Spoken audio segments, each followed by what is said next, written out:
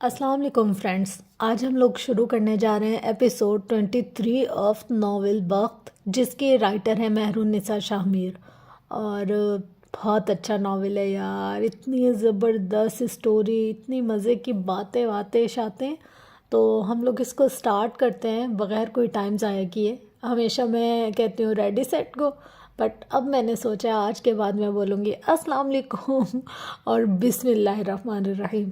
اب یہ دو ورڈ جو ہے نا، یہ آپ کو میرے جو بھی اسٹوریز ہوں گے ان میں لازمی سننے کو ملیں گے انشاءاللہ۔ کوشش یہ کروں گی، پر پتہ ہے ہم آدھے انگریز جو ہم لوگ آبسیسڈ ہیں نا ان انگریزوں سے، ہماری تو یہ والی کرتوتیں کہیں جاتی ہی نہیں ہیں۔ بہرحال پھر بھی میں کوشش کروں گی جتنا ہو سکے مسلمان بن سکوں، اور اگر کسی ایپیسوڈ میں بھول جاؤں نا تو آپ لوگوں نے مجھے یاد کروانا ہے، ریڈی سیٹ گو نہیں، بسم اللہ الرحمن الرحیم۔ دیکھیں ہم بھی اپنے آپ کو امپروو کرتے ہیں، وقت کے ساتھ ساتھ تھوڑا اچھی پازیٹیو چیزیں لانے کی کوشش کرتے ہیں۔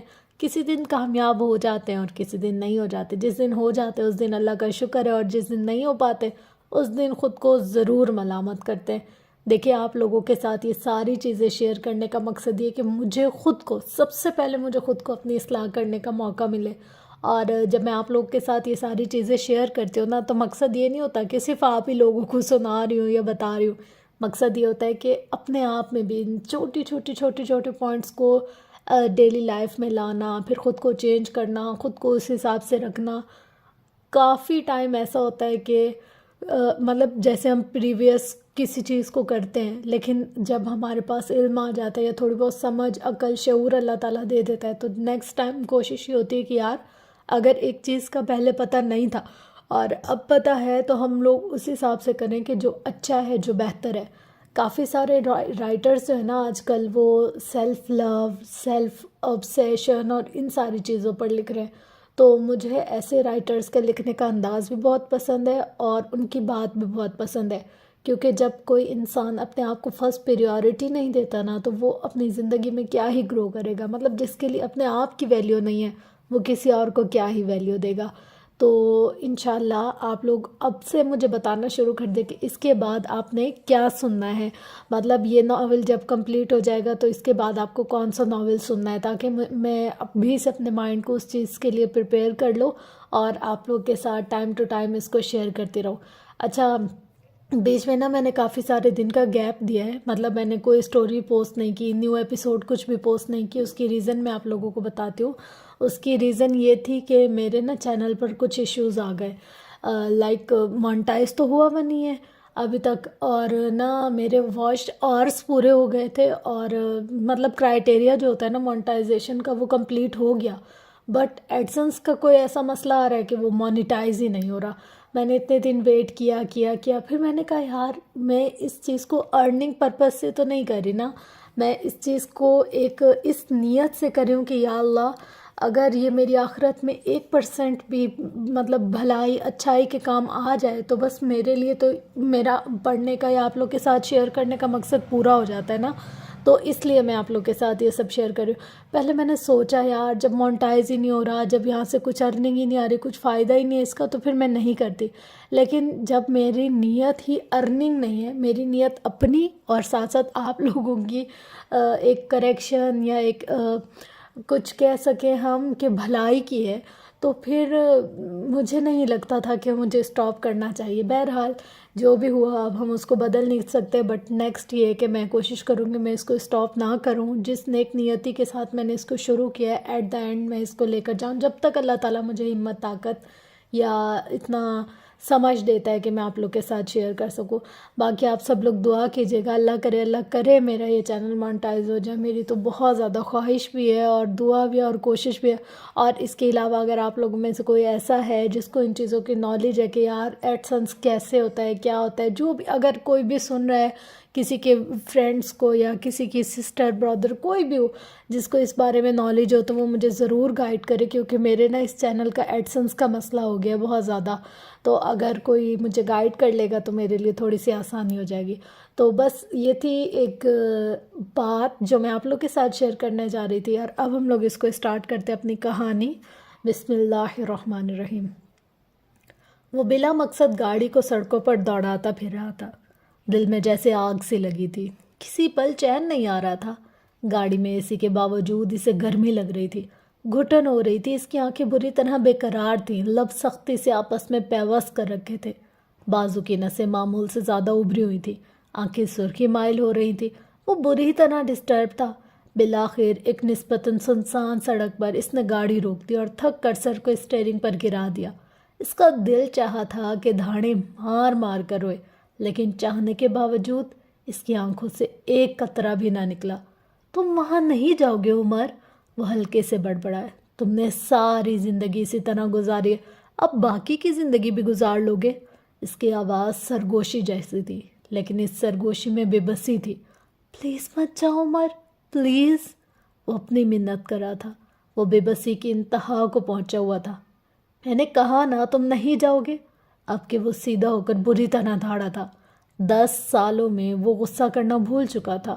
اسے اب اگر غصہ آتا بھی تو وہ کنٹرول کرنا جانتا تھا، لیکن آج اسے خود پر بے تنہا غصہ آ رہا تھا، بے بسی محسوس ہو رہی تھی، اسے ایک طلب سی محسوس ہو رہی تھی، جیسے اگر اس کی آنکھوں نے ذرا دیر اور اپنا پسندیدہ منظر نہیں دیکھا تو ابل کر باہر گر پڑیں گی۔ غصے سے اس کی کن پٹی کی رگ پھڑکنے لگی تھی، اس کی سماعتوں میں دور کہیں نفیسہ حیات کی آواز گونجنے لگی۔ 12 سالہ عمر ان کے سامنے بیٹھا تھا، پھولے ہوئے گال غصے سے سرخ ہو رہے تھے۔ آنکھیں بند کرو عمر، وہ اسے کہہ رہی تھی، اور عمر نے نہ چاہتے ہوئے بھی آنکھیں بند کر لی، ہونٹ ابھی تک بھینچ رکھے تھے۔ پڑھو، اعوذ باللہ من الشیطان الرجیم، وہ زیر لب بڑبڑایا، جلتی آنکھوں کو جیسے سکون ملا۔ دوبارہ پڑھو، وہ عورت دہرا رہی تھی، اور وہ بچہ کسی مقتدی مرید کی طرح دہرا رہا تھا، اعوذ باللہ من الشیطان الرجیم۔ اس عورت نے ایک بار پھر دہرایا، گاڑی کی نشست سے ٹیک لگایا عمر نے بھی بے اختیاری کی کیفیت میں دہرایا، اعوذ باللہ من الشیطان الرجیم۔ اب کی بھینچی ہوئی مٹھی خود بخود کھل گئی، تن اعصاب ڈھیلے پڑنے لگے، اعوذ باللہ من الشیطان الرجیم۔ سیاہ آنکھوں والی معتبر عورت پڑھتی جا رہی تھی، گاڑی میں بیٹھا عمر حیات اس کے پیچھے پیچھے دہراتا جا رہا تھا، جیسے وہ اس کے سامنے بیٹھی ہو، اعوذ باللہ من الشیطان الرجیم۔ اب کے جلتے ہوئے دل پر جیسے پھوہار پڑ گئی، عمر کو لگا جیسے اس کی روح تک پرسکون ہو گئی ہو، اس نے کندھے ڈھیلے چھوڑ دیے، سختی سے پیوست لبوں کو آزاد کیا، کن پٹی کی پھڑکتی رگ اب تھم چکی تھی، عمر کا رواں رواں پرسکون ہو گیا تھا۔ اللہ نے اسے شیطان مردود کے دلائے غصے سے پناہ دے دی تھی۔ غصہ حرام ہے، اور ہم سے حرام کام کون کرواتا ہے؟ شیطان۔ اور جس دن ہمارا ایمان اس ایک سطر پر ہو گیا، ہمیں کسی پیر بابا کی تعویذ یا لمبی لمبی آیات رٹنے کی ضرورت نہیں ہوگی، دنیا میں غصے کی وجہ سے ہونے والے شر اور فسادات ختم ہو جائیں گے۔ وہ تھوڑی دیر تک بیٹھا، لمبے لمبے سانس لیتا رہا، اور پھر گاڑی کو ایک ایسی منزل کے جانب موڑ دیا جہاں وہ 10 سالوں میں کئی بار جاتا تو رہا، کبھی غصے سے تو کبھی بے بسی سے، کبھی طلب کے ہاتھوں مجبور ہو کر تو کبھی فطری محبت کے ہاتھوں مجبور ہو کر۔ وہ جگہ جس جگہ جا رہا تھا وہ واحد جگہ تھی جہاں اس انسان کے سارے جذبات جاگ جاتے تھے، غصہ، ناراضگی، بے بسی، تلخی، محرومی۔ یہاں جا کر عمر ہر بار ایک نئے جذبے سے آشکار ہوتا تھا۔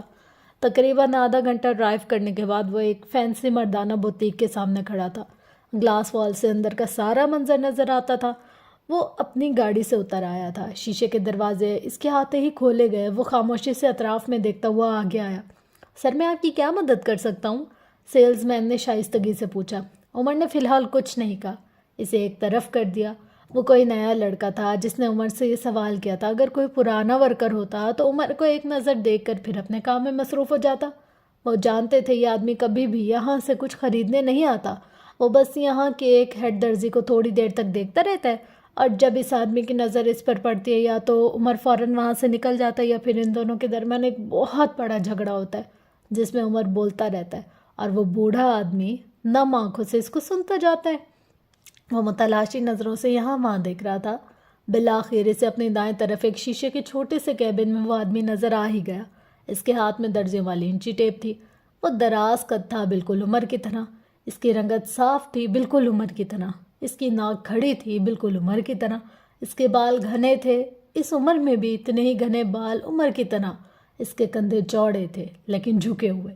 یہ آدمی عمر جیسا ہو کر بھی اس کے جیسا نہیں تھا، اس کے بال کلموں سے سفید ہو گئے تھے، شیو ہلکی بڑی ہوئی تھی، اس کا صاف رنگ سرخ و سفید رنگت میں تبدیل ہو رہا تھا۔ سارے روایتی پٹھانوں کی طرح اسے بھی ذرا ذرا سی بات پر غصہ آ جاتا تھا۔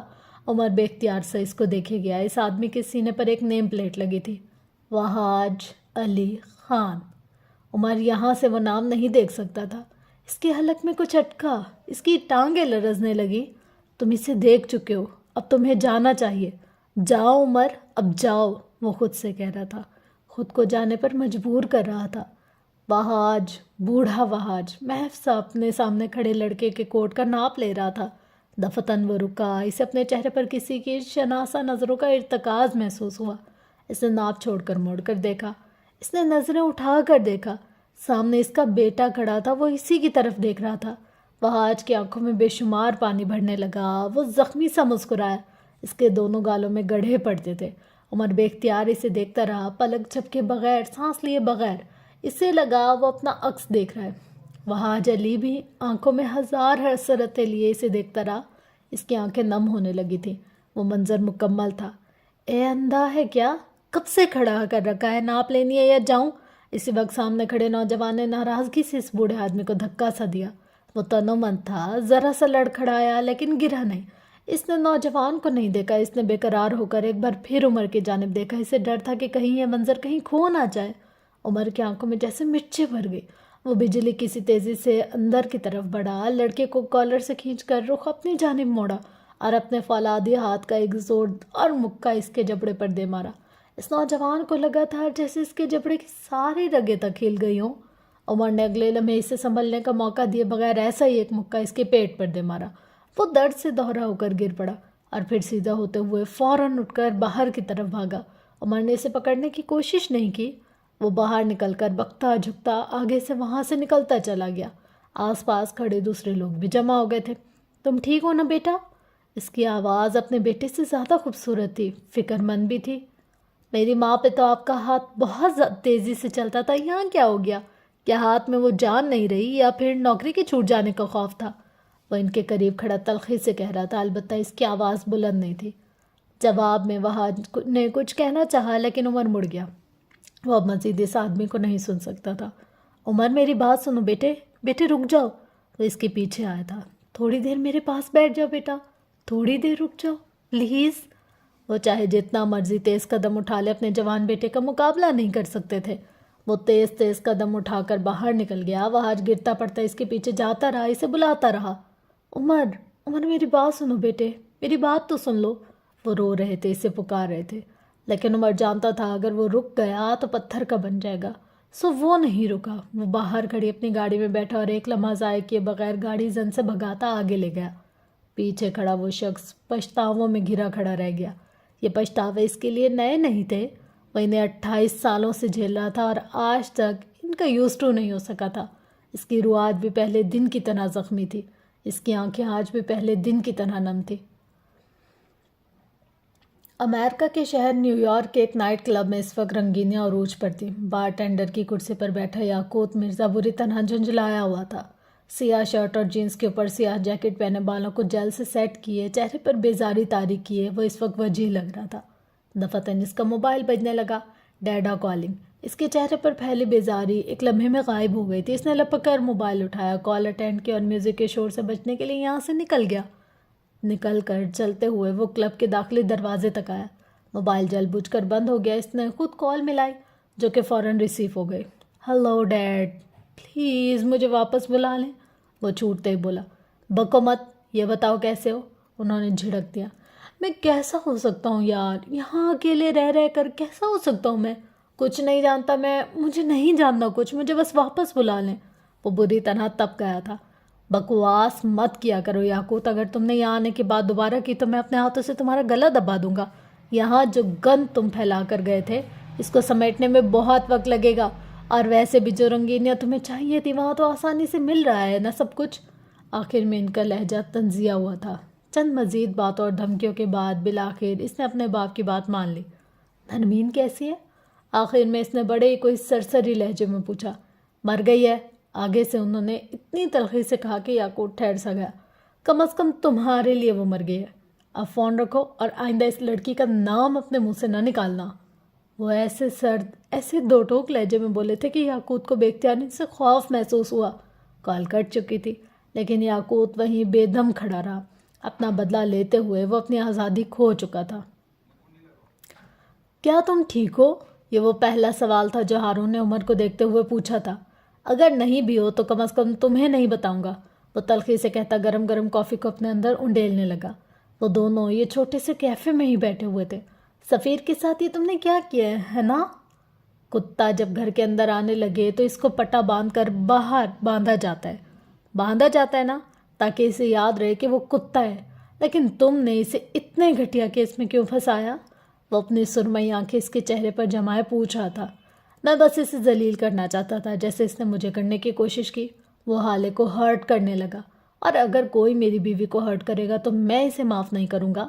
حالے کو ہرٹ کرنے کا حق کسی کو بھی نہیں، خود عمر حیات کو بھی نہیں۔ وہ حتمی لہجے میں بولا۔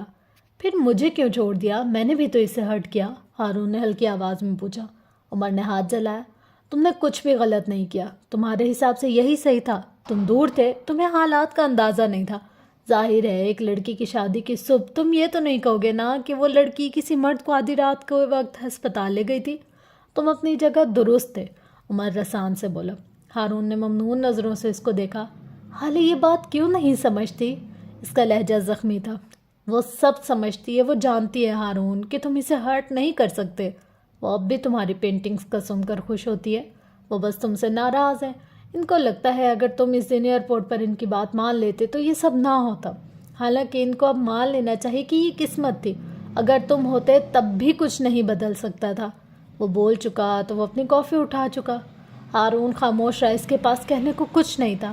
اچھا چلو میرے 50,000 نکالو، آج کل ہاتھ تنگ ہے، بہت زیادہ۔ وہ گردن کے بل کس نکالتا ہوا بولا۔ عمر کو کافی بے حد کڑوی لگی، حد سے زیادہ کڑوی۔ بس کوئی پولیس والے سے پیسے نہ مانگے۔ کس چیز کے 50,000؟ عمر کے تو مانو پتنگے ہی لگ گئے۔ وہ اس امیر زادے کے لیے جو میں کلب گیا، 20,000 کلب کی انٹری اور 30,000 کی شراب جو میں نے ایک پارٹی بوائے لگنے کے لیے منگوائی تھی، 2,000 کا پیٹرول بھی شامل ہے، لیکن خیر چھوڑو، اب کیا ہے 1 روپے کا حساب رکھنا۔ عمر آگے کو ہوا، ذرا سا مسکرایا۔ اور وہ جو میرے باپ کی شوگر مل ہے نا، وہاں سے جا کر لے لو، میں کال کر دوں گا مینیجر کو۔ وہ ایسے سنجیدگی سے بولا کہ ہارون کو یقین آنے لگا۔ کیا واقعی تمہارے باپ کی شوگر مل ہے؟ عمر نے کندھے اچکائے۔ ظاہر ہے ہوگی، تم نے دیکھ رکھی ہوگی نا، جبھی تو تم مجھ سے اتنے پیسے ایک ساتھ مانگ رہے ہو۔ یاد رکھنا ہارون، پولیس والا اپنی جان دے دے گا، پیسہ نہیں دے گا۔ ہارون نے بمشکل ضبط کیا، تو دل تو چاہ رہا تھا کہ گرم گرم کافی اس کی چلتی زبان پر پھینک دے، لیکن وہ سفیر کا انجام دیکھ آیا تھا، سو چپ رہا۔ اچھا خیر یہ بتاؤ، وہ وائٹ پاؤڈر یعنی کہ ڈرگز کہاں سے لائے تھے تم؟ مجھے ان ڈیلرز کی ڈیٹیل دے دو، وہ آگے کو ہو کر سنجیدگی سے پوچھ رہا تھا۔ ہارون مسکرایا، قدرے آگے کو جھکا۔ وہ ڈرگز نہیں تھی، میرے گھر کا نمک تھا، آیوڈین ملا نمک۔ شکر ہے اس نشئی نے چیک نہیں کیا، ورنہ مجھے اسی نمک کی کان میں دفنا دیتا۔ ہارون نے جھرجھری لی۔ عمر نے افسوس سے اس کو دیکھا۔ تم بھی پورے دنوں کے ہو، میں تو تمہیں معصوم سمجھا تھا۔ اچھا یہ بتاؤ، وہ چرسی اپنے باپ سے کب ملے گا؟ ہارون پیچھے کو ہوا، کافی کا گھونٹ بھرا۔ وہ کیوں ملے گا اپنے باپ سے؟ اسے سکون سے پوچھا۔ عمر کا دماغ بھگ سے اڑا۔ تمہیں وہاں کیوں بھیجا تھا؟ تاکہ اس کے اور اس کے باپ کے درمیان کے تعلقات کو درست کرو۔ تم کیا کر کے آئے ہو؟ وہ صحیح معنوں میں پریشان ہو گیا تھا۔ ہارون اسی طرح پرسکون بیٹھا رہا۔ میں پہلے اپنے باپ کے ساتھ تو تعلقات درست کر لوں، وہ جل کر بولا۔ دیکھو عمر، میں جس کام میں اچھا ہوں وہ کر آیا ہوں۔ اب وہ لڑکا ڈرگز نہیں لے گا، اور اب چاہے وہ لڑکی خود بھی اس کے پاس چل کر آئے تو وہ اسے قبول نہیں کرے گا۔ آج سے وہ اپنی تلاش کے سفر میں نکل گئے۔ اچھا، اپنی تلاش؟ جی جی جی جی بالکل، میں نے تو آپ سے یہی کہا تھا نا کہ اس لڑکے کو ہمالیہ کے پہاڑوں پر تبلیغ کرنے کے لیے چھوڑاؤ۔ عمر نے اس کی بات کاٹی، وہ سخت بیزار لگتا تھا۔ ہارون نے دانت پر دانت جما کر ایک بار پھر ضبط کیا۔ ماں باپ بچے کی بھلائی میں خوش ہوتے ہیں، اس کا باپ بھی اسے موو آن کرتے دیکھ کر خوش ہوگا۔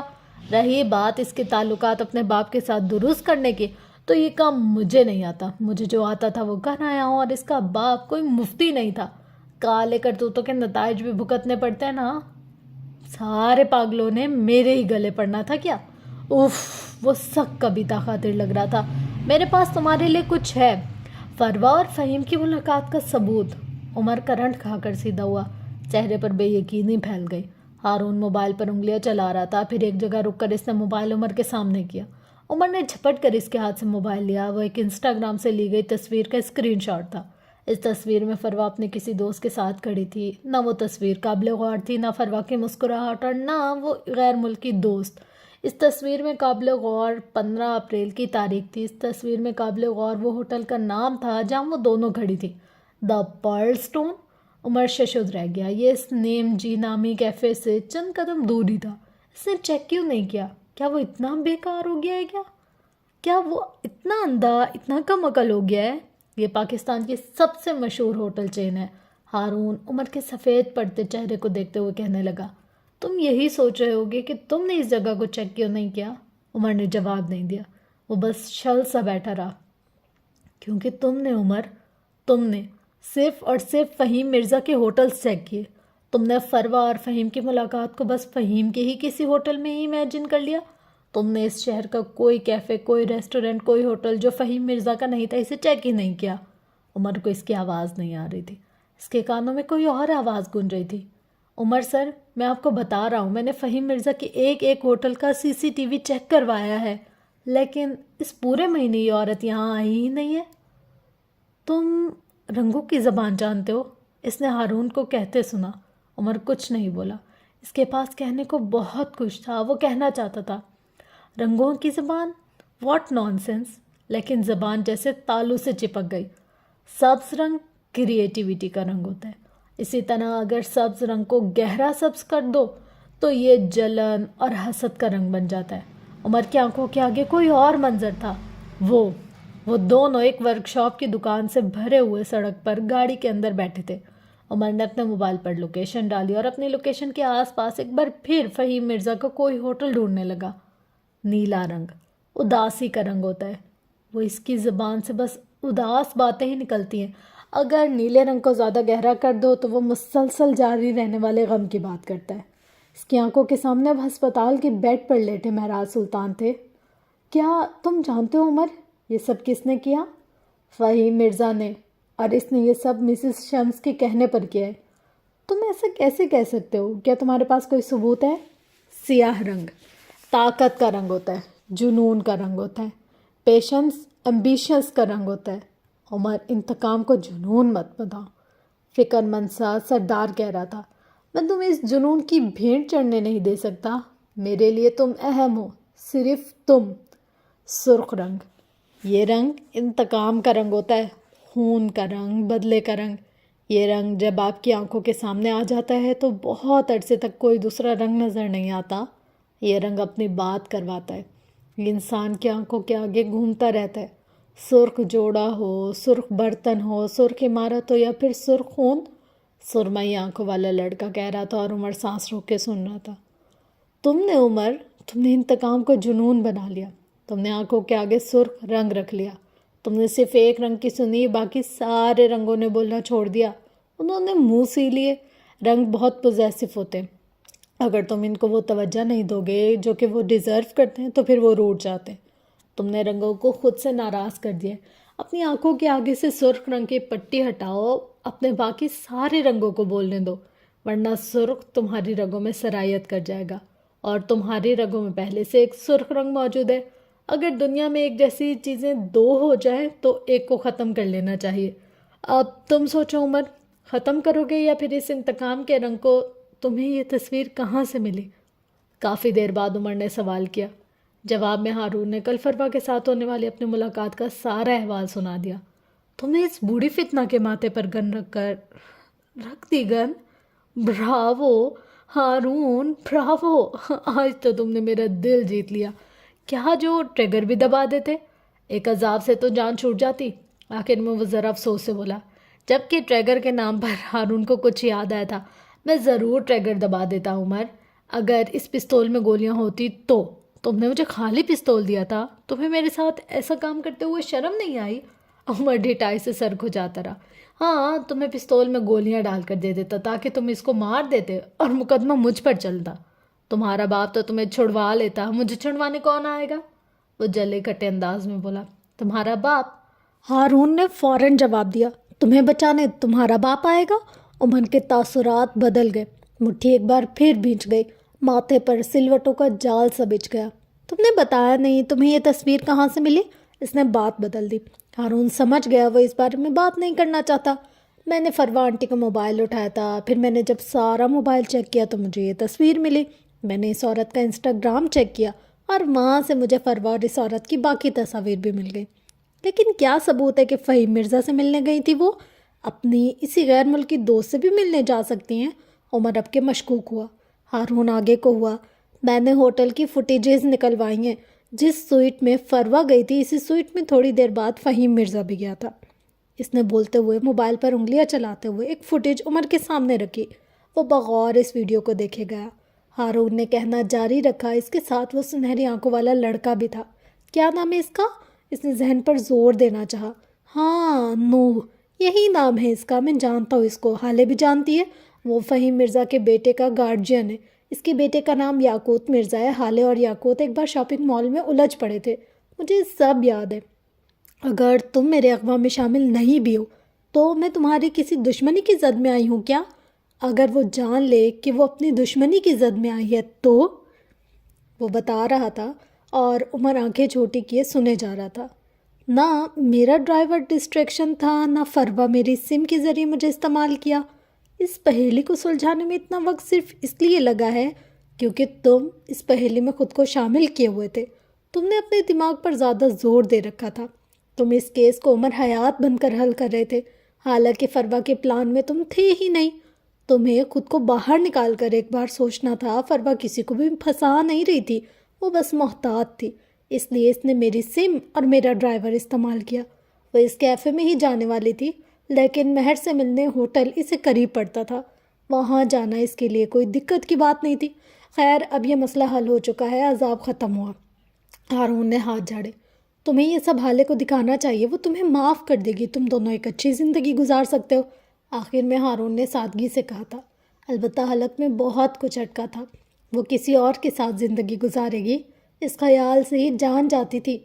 یاقوت مرزا کو میں بھی جانتا ہوں، میں نے اس کی پارٹی پر ریڈ ڈالا تھا، اس کی ڈرگز اور شراب ضبط کی تھی۔ پھر تو صاف ظاہر ہے یاقوت اس سب میں شامل ہے۔ ہارون فوراً بولا، یاقوت وہ دماغ سے نہیں سوچتا، اس کا ریموٹ نوح کے ہاتھ میں ہے۔ یاقوت بس ایک بد دماغ بگڑا ہوا رئیس زادہ ہے، اس کے لیے سارے فیصلے نوح لیتا ہے، اور فہیم مرزا کبھی بھی اپنے بیٹے کو اس سب میں نہیں گھسیٹے گا۔ معاملہ کچھ اور ہے، میں نوح مرزا سے ملنے جاؤں گا، میں ساتھ آؤں گا، وہ ترکی بد ترکی بولا۔ عمر چند ثانیے اس کو دیکھتا رہا۔ تم یہ سب کیوں کر رہے ہو؟ ہارون نے سادگی سے کندھے اچکائے۔ کیا کر رہا ہوں؟ عمر نے اس کے چہرے کو دیکھتے ہوئے اس کا موبائل اس کے سامنے کیا۔ یہ فوٹیج تمہیں رات کے 3 بجے موصول ہوئی، مطلب تم ساری رات خوار رہے ہو۔ یہ ہوٹل کوئی عام ہوٹل نہیں ہے، تمہیں اس فوٹیج کے عوض ایک خطیر رقم بھی بھرنی پڑی ہوگی۔ ہاں، وہ ایک الگ بات ہے کہ اگر تم مجھے لے جاتے تو میں تمہارا کام مفت میں کروا دیتا۔ ہارون دھیرے سے ہنس دیا، پھر عمر کو دیکھا۔ مجھے اس کے لیے اپنی نیند اڑانے کی عادت ہے۔ اسے رات کے 3 بجے کی وہ کال یاد آئی جب حالے عمر کو ہسپتال لے گئی تھی، اور پھر ہارون کو کال کی تھی اور وہ گہری نیند سے جاگا تھا اور منہ تک دھوئے بغیر باہر بھاگا تھا۔ مجھے اس کے لیے اور اس پر اپنا پیسہ خرچ کرنے کی عادت ہے۔ اسے یاد آیا کہ کس طرح وہ اکثر ایک دوسرے کے کھانے کا بل دیا کرتے تھے، کس طرح ہر سالگرہ پر وہ حالے کو ڈائمنڈ گفٹ کیا کرتا تھا، کس طرح وہ اس کے لیے مہنگے مہنگے ہینڈ بیگز لایا کرتا تھا، اور کس طرح حالے کی تیز ڈرائیونگ کی وجہ سے اپنی گاڑی کے آئے دن لاکھوں روپے کی مرمت کرایا کرتا تھا۔ میں اس سے کہا کرتا تھا کہ ساری دنیا بھی اگر تمہیں چھوڑ دے تو ہارون شاید وہ واحد آدمی ہوگا جو تمہارے ساتھ کھڑا ہوگا۔ مجھے ہمیشہ لگتا تھا کہ ساتھ کھڑا ہونے کا مطلب ہے کندھے سے کندھا ملا کر کھڑے ہونا، اور دوست کی ہر مشکل کو آنے سے پہلے روک لینا۔ اس نے زور زور سے نفی میں سر ہلایا۔ عمر بغور اس کو سنتا رہا۔ مشکلات اللہ کی طرف سے ہوتی ہیں، آزمائشیں اللہ کی طرف سے ہوتی ہیں۔ انسان مشکل کو آنے سے روک نہیں سکتا، لیکن اس مشکل کے بعد درست فیصلے لے سکتا ہے، خود کو زیادہ نقصان سے بچا سکتا ہے، اپنے عزیز اپنے دوستوں کو صحیح مشورہ یا مدد دے سکتا ہے۔ میں وہی کر رہا ہوں۔ وہ میرے مشورے نہیں سنے گی، لیکن میں اس کی مدد کر سکتا ہوں، اور میں کر رہا ہوں۔ جتنا مجھ سے ہو سکتا ہے میں اس کے لیے سب کروں گا، کیونکہ اگر ساری دنیا بھی اسے چھوڑ دے تو بھی ہارون شاہد اس کے ساتھ کھڑا ہوگا۔ انہیں بتا تو دو، کریڈٹ لو، تم نے اس کے لیے اتنا سب کیا، اپنا وقت، پیسہ، توانائی خرچ کی، اور سب سے زیادہ تم اس بوڑھی فتنہ کی نظر میں آ گئے ہو۔ تم نے ان کے لیے خود کو غیر محفوظ کر لیا ہے۔ حالے کو یہ سب کچھ پتہ ہونا چاہیے، ان کو پتہ ہونا چاہیے کہ تم ان کے لیے کتنی قربانی دے رہے ہو۔ ہارون مسکرائے۔ دوستوں کے لیے کی جانے والی کوشش اور دی جانے والی قربانیاں ہر قسم کی خوشامد یا ستائش یا پھر سراہے جانے کی خواہش سے آزاد ہونی چاہیے۔ قربانیوں کا فخر، یہ ذکر ان کو بے توقیر کر دیتا ہے۔ محفل میں سنائی جانے والی قربانی پھر برہنہ ہو جاتی ہے، اس کی کوئی عزت نہیں رہتی۔ آپ نے اپنے دوست کے لیے جو کچھ بھی کیا وہ آپ کا فرض اور دوستی کا حق تھا۔ دوست جانتا ہے تو ٹھیک ہے، اور اگر نہیں جانتا تو بھی ٹھیک ہے۔ آپ نے دوست کی مدد کی، دوستی کی خاطر کی، سراہے جانے کے لیے نہیں۔ وہ بول کر خاموش ہو گیا۔ عمر اٹھ کھڑا ہوا، والیٹ سے چند نوٹ نکال کر میز پر رکھے۔ ہارون اس کو دیکھتا رہا۔ کل شاہ تاج کبیر کے گھر جانا ہے، تیار ہو جانا۔ عمر نے محض اس بات میں سر ہلا دیا، پھر رکا، قدرے جھکا اور آواز ہلکی کر لی۔ کل اس کے گھر تقریب ہے، اور تقاریب میں گھر کے قیمتی سامان کسی محفوظ جگہ پر چھپا دیے جاتے ہیں۔ مجھے ان کی کمزوری چاہیے، اس لیے میں کل سے پہلے آج ان کے گھر جاؤں گا۔ وہ سیدھا ہو گیا۔ ہارون بس اس کو دیکھتا رہا، پھر وہ اس کی تقلید میں اٹھ کھڑا ہوا، میز کے ایک طرف سے گھوم کر آیا اور عمر کے سامنے آ کر کھڑا ہوا۔ تمہیں اگر ان کے گھر کا راز چاہیے تو ان کا سب سے پرانا ملازم خریدو۔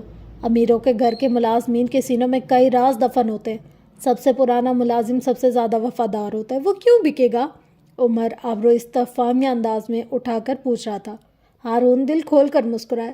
وفادار ہی تو بکتا ہے، خریدنے کی چیز تو وفاداری ہی ہوتی ہے۔ جو دھوکے باز ہوگا اس سے کیا خریدو گے؟ وائے دھوکا؟ تمہیں کیسے پتا؟ عمر متعجب ہوا۔ میں عمر حیات نہیں ہوں، لیکن کافی کچھ ہے جو مجھے بھی پتہ ہوتا ہے۔ اصل میں ہم امیر ہیں نا، ساری زندگی آگے پیچھے ملازم دیکھے، اتنا تو ہمیں پتہ ہوتا ہے کہ تم اپنی جگہ صحیح ہو۔ تمہیں کیا پتہ ملازمین کیا ہوتے ہیں، ہے نا؟ آخر میں وہ ایسی معصومیت سے بولا کہ عمر کلرز کر رہ گیا۔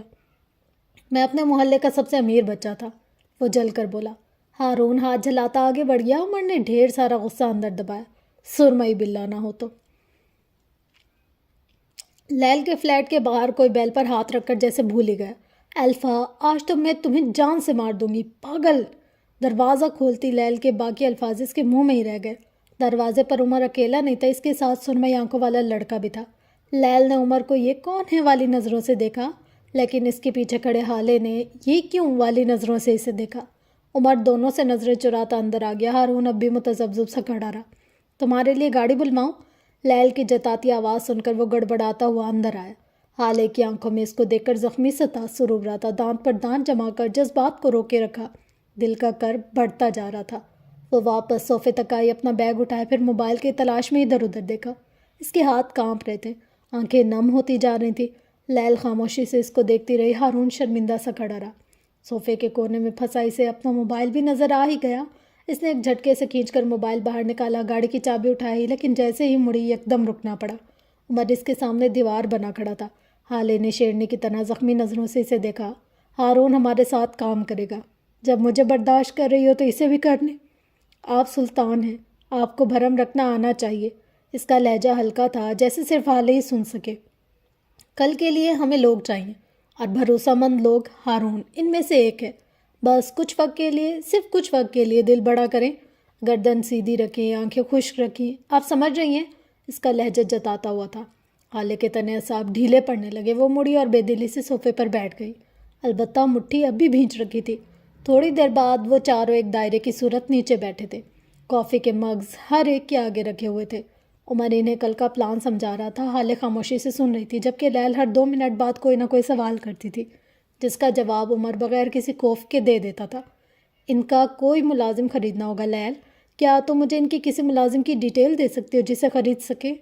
آخر میں عمر نے اس کو دیکھتے ہوئے کہا۔ شور، لیل مسکرا کر پیچھے کو ہوئی۔ میں پیسے نہیں دے رہا، عمر نے وارن کیا۔ لیل برا ہی تو مان گئی۔ میں نے پیسے مانگے بھی نہیں ہیں، میں جانتی ہوں الفا میرے گھر کی کھڑکی سے کود کر مرنا پسند کرے گا، لیکن مجھے پیسے نہیں دے گا۔ وہ رکی، معصومیت سے آنکھیں پٹ پٹائیں۔ تمہیں بس میرے گھر کا اسٹور روم میرے ساتھ صاف کروانا ہوگا، وہی اسٹور جس کے لیے میں 3 مہینوں سے تمہاری منت کر رہی ہوں۔ میں نہیں کر رہا، میں نہیں ڈھونڈ رہی، وہ دونوں ترکی بترکی بولے۔ ہارون ان کو دیکھتا رہا، جبکہ حالے بے مقصد اپنے موبائل پر انگلیاں چلاتی رہی۔ ان دونوں کو دیکھ کر کچھ یاد آتا تھا، اور جو یاد آتا تھا وہ دل کو دکھاتا تھا۔ اچھا ٹھیک ہے، میں کل نہیں پرسوں آ جاؤں گا، مل کے کر لیں گے، ابھی تو میرا کام تو کر دو۔ اسی وقت لیل کے موبائل نے زوں زوں کی آواز نکالی۔ اس نے موبائل اٹھایا، آنے والا میسج پڑھا، پھر حالے کو دیکھا۔ حالے نے سر نہیں اٹھایا، وہ اسی طرح بیٹھی رہی۔ آپ کے اکاؤنٹ میں پیسے بھیج دیے ہیں، مجھے ان کے ملازمین کی لسٹ بھیج دیجیے آدھے گھنٹے تک، اس نے بے تاثر لہجے میں کہا۔ عمر جان گیا کہ وہ اپنا کام خود کرنا چاہتی ہے۔ چلو تمہارا اسٹور دیکھ لے، پھر مجھے ہارون کے ساتھ نکلنا ہے، عمر کہتے ہوئے اٹھ کھڑا ہوا۔ لیل اس کے ساتھ اٹھی تھی۔ وہ دونوں چلے گئے تو ایک گھمبیر سی خاموشی چھا گئی۔ تم نے دیکھا جو کچھ سفیر کے ساتھ ہوا ہے؟ کافی دیر بعد ہارون نے خاموشی کو توڑا۔ حالے نے کچھ نہیں کہا، بس سر کو اس بات میں ہلایا۔ اس کے چہرے سے ظاہر نہیں ہوا کہ وہ خوش تھی یا اداس۔ ہارون کو بے اختیار ملال ہوا۔ کیا پینٹ کر رہے ہو؟ حالے نے اس کو دیکھ کر عام سے لہجے میں پوچھا۔ ہارون نے کندھے اچکائے۔ فی الحال کچھ نہیں، 1-2 دن سے آرٹ بلاگ چل رہا ہے، ایسے لگ رہا ہے جیسے میں جو بنا رہا ہوں اس کے ساتھ خوش نہیں ہوں، جیسے میرے ہاتھوں کو کچھ اور بنانا چاہیے لیکن سمجھ نہیں آ رہا کہ کیا۔ حالے نے نظریں اٹھائیں، 1-2 لمحے اس کو دیکھتی رہی۔ فینٹیسی پینٹ کرو، آرٹ بلاگ ختم ہو جائے گا۔ تمہارے رنگ حقیقت کا زہر سہتے سہتے تھک گئے ہیں، ان کو آرام دو، کوئی اچھی فیری ٹیل رنگوں کو دکھاؤ، امید تھماؤ۔ ہارون جیسے سن ہو گیا، وہ ٹھہر گیا، دل بھی ٹھہر سا گیا۔ کیا اسے سب ٹھیک ہو جائے گا؟ حالے نے نفی میں سر ہلایا۔ سب کچھ کبھی ٹھیک نہیں ہوتا، کچھ نہ کچھ خراب رہ ہی جاتا ہے، یہ دنیا ہے، یہاں کچھ بھی مکمل نہیں ملتا، ادھورا پن ہر چیز کا حصہ ہے۔ سب کچھ صرف جنت میں ٹھیک ہو سکتا ہے، یہاں بہت کچھ ٹھیک ہو سکتا ہے، اور تم اسی پر دھیان دو۔ تم آج بھی حقیقت میں اپنے رنگ بھرتے ہو، لیکن تم حقیقت میں جتنے چاہے رنگ بھر دو وہ رہے گی تلخ، دل دکھانے والی، اور رنگوں کو دلوں کے درد کم کرنے بھیجا گیا۔ تم لوگوں کو ان کی تکلیف دہ لمحات یاد دلاتے رہو گے تو تمہارے رنگ تمہارے ہاتھ سے چھوٹ جائیں گے۔ کبھی کبھی فینٹیسی کہانی ضروری ہوتی ہے تاکہ ہیپی اینڈنگ کی تمنا دل میں باقی رہے۔ یہ دنیا اور یہاں کے لوگ امیدوں پر زندہ ہے، امید کہ ایک دن سب کچھ ٹھیک ہو جائے گا، ایک دن وہ بہت امیر ہو جائیں گے اور ان کے سارے مسائل حل ہو جائیں گے، ایک دن ان کو ایک بہترین پارٹنر ملے گا جس کے ذریعے وہ ٹاکسک پارٹنر سے ملنے والے غم اور تکلیف بھول جائیں گے، ایک دن ان کو جاب لگ جائے گی، ایک دن وہ بغیر پڑھے پاس ہو جائیں گے، ایک دن ان کی طویل مدت سے چلتی بیماری ختم ہو جائے گی، ایک دن سب کچھ ٹھیک ہو جائے گا۔ وہ کہہ رہی تھی اور ہارون دم سادے سنے جا رہا تھا۔ امیدیں بعض دفعہ اچھی ہوتی ہیں اور بعض دفعہ بری، لیکن وہ ہوتی ہیں، اور اگر ان کو ختم کر دیا جائے تو دنیا میں انسان نہیں روبوٹ رہ جائیں گے۔ تم کیوں لوگوں کو روبوٹ بنانے لگ گئے ہو؟ آخر میں اس نے نرمی سے پوچھا۔ وہ چاہے ساتھ ہو یا دور، ہارون کو کیا چاہیے حالے جانتی تھی۔ ہارون نے نفی میں سر ہلایا۔ ہارون لوگوں سے امید نہیں چینے گا۔ پھر رکا، ممنونیت سے حالے کا چہرہ دیکھا۔ تھینک یو حالے، تھینک یو سو مچ۔ مجھے اندازہ نہیں تھا کہ جو کچھ اس وقت ہمارے درمیان ہو رہا ہے تم اس کے باوجود بھی مجھے مشورہ دو گی۔ حالے نے خالی خالی نظروں سے اس کو دیکھا۔ شاید تم بھول رہے ہو میں حالے سلطان ہوں، میں سڑک پر چلتے راہگیر کو بھی درست مشورہ دیتی ہوں کیونکہ مجھے یہی آتا ہے، اور تم اس وقت میرے لیے کسی راہگیر سے زیادہ ہرگز نہیں ہو، وہ اجنبی لہجے میں کہتی اٹھی تھی۔ کیا تم جانتے ہو برونو مر گیا ہے؟ ہارون پیچھے سے پکارا۔ حالے جہاں تھی وہیں رک گئی، آس پاس کی ساری آوازیں رک گئی۔ وہ بے یقینی سے پیچھے مڑی، آنکھوں میں تحیر، لب ہلکے سے وا، چہرہ مردہ تھا۔ کل حسن اور سفیر کا جھگڑا ہو گیا، سفیر نے اسے عمر سے ملنے سے منع کر دیا اور حسن نے آگے سے جواب دے دیا۔ پھر اگلی صبح برونو اپنے گھر میں آخری سانسیں لیتا پایا گیا۔ حسن نے شمس انکل سے پیسے مانگے، انہوں نے حسن سے کہا کہ اگر وہ بھیک مانگے گا تب وہ اسے رقم دیں گے، اور حسن نے نہیں مانگے نا؟ حالے نے ایک دم اس کی بات کاٹی، پھر تلخی سے سر جھٹکا۔ ظاہر ہے معراج سلطان کا بیٹا ہے، انہیں پر ہی جائے گا نا؟ پتہ نہیں کیوں بابا نے اسے اپنے جیسا بنا دیا، بے خوف نڈر، کیا تھا جو جھک جاتا، لیکن نہیں، اس کی گردن کا سریا نہیں نکلے گا۔ وہ بیزاری سے بڑبڑائی، کیا تم ان دونوں سے الگ ہو؟ ہاں میں ان دونوں سے الگ ہوں، بہت الگ۔ وہ دونوں سفید ہیں، میں نہیں ہوں، میں سرمئی ہوں، مجھے ان دونوں جیسا نہیں بننا۔ اگر اس دن بابا شمس چچا آگے جھک جاتے تو وہ مرتے نہیں، لیکن نہیں، ان کو تو آخرت کا خوف تھا، ان کو تو بس خدا کا خوف تھا، ان کو زندگی نہیں چاہیے تھی، اگر چاہیے بھی تھی تو یہ خیرات میں ملی ہوئی جھکی ہوئی زندگی نہیں۔ حالانکہ ان کو سوچنا چاہیے تھا کہ زندہ رہنا اہم ہے، چاہے جھک کر رہو چاہے سر اٹھا کر۔ میں ان جیسی نہیں ہوں، وہ رندھے ہوئے لہجے میں اور بلند آواز میں کہے جا رہی تھی۔ مجھے زندگی چاہیے، مجھے میرے قریبی لوگ چاہیے، مجھ سے اگر ہیون کے سائن مانگے جاتے تو میں دے دیتی، کیونکہ میرے لیے میرا خاندان قیمتی ہے۔ مجھ سے اگر چچا ہیون سے ملحقہ زمین مانگتے تو میں مرنا پسند نہیں کرتی، میں زمین دے دیتی، کیونکہ میرے لیے میرا باپ قیمتی تھا، میری ماں قیمتی ہے، میرا بھائی قیمتی ہے۔ اس کے آنسو بھل بھل بہہ رہے تھے۔ اگر مجھ سے برونوں کے بدلے بھیک مانگنے کو کہا جاتا تو میں مانگ لیتی، کیونکہ میرے لیے اس نے سینے پر انگلی سے دستک دی۔ میرے لیے میرا خاندان قیمتی ہے، میرے لیے میرا کتا بھی قیمتی ہے۔ خاندان کے لیے جھکنا پڑے تو جھک جانا چاہیے، کیونکہ اگر آپ نہیں جھکو گے تو سارا خاندان ڈھہ جائے گا، جس طرح ہمارا خاندان ڈھہ گیا۔ اس کے لہجے میں چیر دینے والا دھوک ہو گیا تھا۔ بابا اگر سفید نہ رہتے، اگر وہ میری طرح سرمئی بن جاتے تو ہمارا خاندان بچ جاتا، بابا بچ جاتے، میں گلٹ میں نہ رہتی، حسن اکیلا نہ رہتا، عمر غمزدہ نہ رہتا۔ وہ تھک کر صوفے پر بیٹھ گئی۔